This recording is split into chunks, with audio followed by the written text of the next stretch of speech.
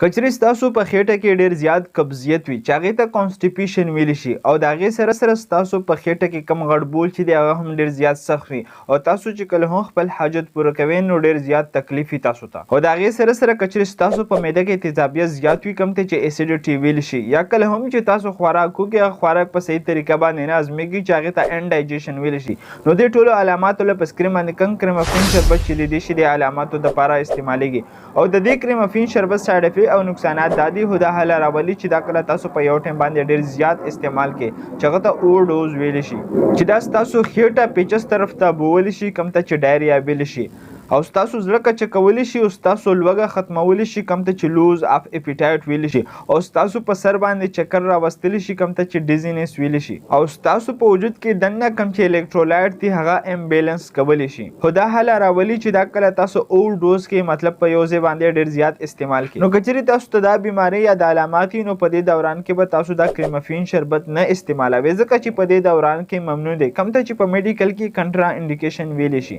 یا که چیرې تاسو استعمالوئ نو د ډاکټر نه به خامخا تاسو په دې دوران کې تپوس کوئ کله هم چې تاسو دا شربت وڅښئ او ستاسو په وجود باندې د الرجي علامات راولي نو په دې دوران کې به خامخا تاسو د ډاکټر نه تپوس کوئ یا کله هم چې ستاسو د وجود نه ډېرې زیاتې اوبه بهر ته خارج شوي وي ستاسو په وجود کې د اوبو کموالی راغلی وي چې هغې ته ډیهایډریشن ویلی شي نو په دې دوران کې به هم تاسو تپوس کوئ او یا کله چې ستاسو کمې کولمې دي په هغو کې څه فضول مواد ګیر شوي وي چې هغې ته انټسټاینل ابسټرکشن ویلی شي نو په دې دوران کې به هم تاسو تپوس کوئ او یا کله چې ستاسو په خېټه کې داسې درد وي چې د هغې درد پته نه لګي نو په دې دوران کې به هم تاسو تپوس کوئ او یا که چیرې ستاسو کولمو کې زخم جوړ شوي وي کوم ته چې السریټیو کولایټس ویلی شي نو په دې دوران کې د استعمالولو نه مخکې به خامخا تاسو د خپل ډاکټر نه تپوس کوئ همدغه شان میډیسن انفارمیشن دپاره آی ډي در سره فالو کړئ او که چیرې دا ویډیو انفارمیټیو خپل فرینډ سره شیر کړئ شکریه الله حافظ